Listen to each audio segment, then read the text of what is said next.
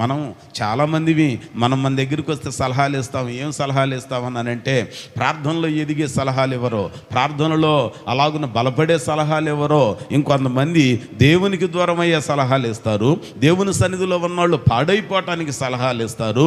దేవుని సన్నిధిలో నిలిచి గెలిచడానికి సిద్ధంగా ఉన్న వాళ్ళని పనికిరాని సలహాలు ఇచ్చి లోకం వైపు పాడైపోయే వాటికి సిద్ధం చేస్తారు. కానీ దేవుని సన్నిధిలో దెబోరాని గురించి జ్ఞాపకం చేసుకుంటే ఆమె మధురమైన అనుభవాలు తన జనులై ఉన్న ఇశ్రాయేలీయులకు పంచటంలో గల కారణం ఆమె దేవుని సన్నిధిలో అలాగున కనిపెట్టడానికి సరళ వృక్షం క్రింద కూర్చున్నది.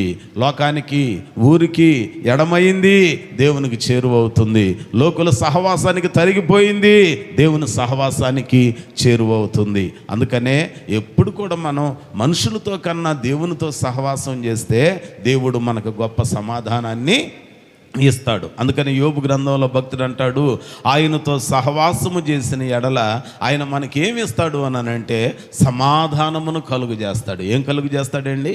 సమాధానాన్ని కలుగు చేస్తాడు. లోకం అంతా నిద్రపోతూ ఉంటుంది, కానీ యేసుక్రీస్తు ప్రభువారట కొండెక్కి రాత్రంతా దేవుని సన్నిధిలో ప్రార్థన చేసేవాడు. చాలాసార్లు మీకు జ్ఞాపకం చేశా, ఏకాంతంగా మనం చేసే ప్రార్థన, ఒంటరిగా మనం చేసే ప్రార్థన, ప్రభువుతో మనకున్న ఆ గొప్ప అనుబంధం, సంబంధం దేవునికి మనల్ని చేరువ చేస్తుంది.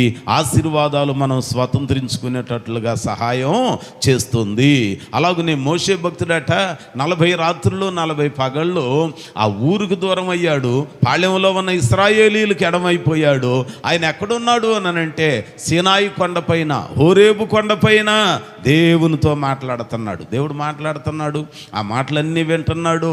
యెహోవా తన ధర్మశాస్త్రం అంతటిని, ఆ ఆజ్ఞలను చెక్కి ఒక్కొక్క ఆజ్ఞ గురించి వివరంగా వివరిస్తూ 40 రాత్రులు 40 పగళ్ళు దేవుడు మోషేతో మాట్లాడాడంట. మాట్లాడుతూ ఉంటే ఓ మనుషుడు ముఖాముఖిగా ఇంకొక మనిషితో మాట్లాడినట్లుగా దేవుడు మాట్లాడితే చివరికి ఆయన ముఖరూపం ఏమైపోయిందని అంటే సూర్యుని వలె ప్రకాశమానంగా మారిపోయిందంట. ఈ 40 రోజులు మనం కూడా అండి దేవునితో ఎక్కువ సమయం గడపాలి.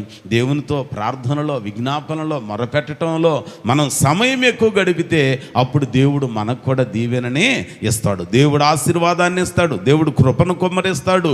ఆ జీవితంలో దేవుని ద్వారా మనకి విమోచన కలగాలి. నువ్వు కూడా కొన్ని కష్టాలతో బాధపడుతున్నావు, కొన్ని ఇబ్బందులతో బాధపడుతున్నావు, శ్రమలతో బాధపడుతున్నావు. సీసెరా అనే సేనాధిపతి ఎలాగునైతే ఇశ్రాయేలీయులని బహు కఠినమైన బాధ పెట్టాడో నిన్ను కూడా రోగాలు బాధ పెడుతున్నాయి, వ్యాధులు బాధ పెడుతున్నాయి, నిందలు బాధ పెడుతున్నాయి, నిట్టూర్పులు బాధ పెడుతున్నాయి.